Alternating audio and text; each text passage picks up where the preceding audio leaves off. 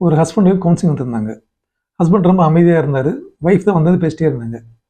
எல்லார் வீட்லையும் இப்படி தான் போல நினச்சிட்டேன். அந்த அம்மா சொன்னாங்க, என்னோட பையன் வந்து இப்போ 12th படிக்கிறான் சார். ரொம்ப ஏற்று பேசுகிறான். முன்ன மாதிரிலாம் இல்லை. எது சொன்னாலும் எரிஞ்சு விழுறான். ஏற்று பேசுகிறான்.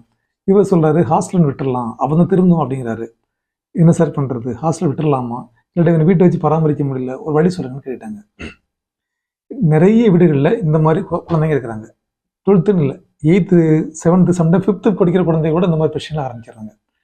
இந்த குழந்தைகளை ஹாஸ்டலில் விடுறான் தீர்வானா? நிச்சயமாக இல்லவே இல்லை. நம்ம ஹாஸ்டலில் கொண்டு அந்த குழந்தைகளை விட்டோம் அப்படின்னா அந்த குழந்தைங்க சரியான சாப்பாடு கிடைக்காம போகலாம், சரியான ஃப்ரெண்ட்ஸ்கள் கிடைக்காம போகலாம், அந்த குழந்தை அடிப்படை வசதிகள் நிறைய கிடைக்காம போகலாம். இன்னும் அதனால் அந்த குழந்தைகளுடைய கோபம் கூடும், வெறுப்புகள் அதிகமாகும்.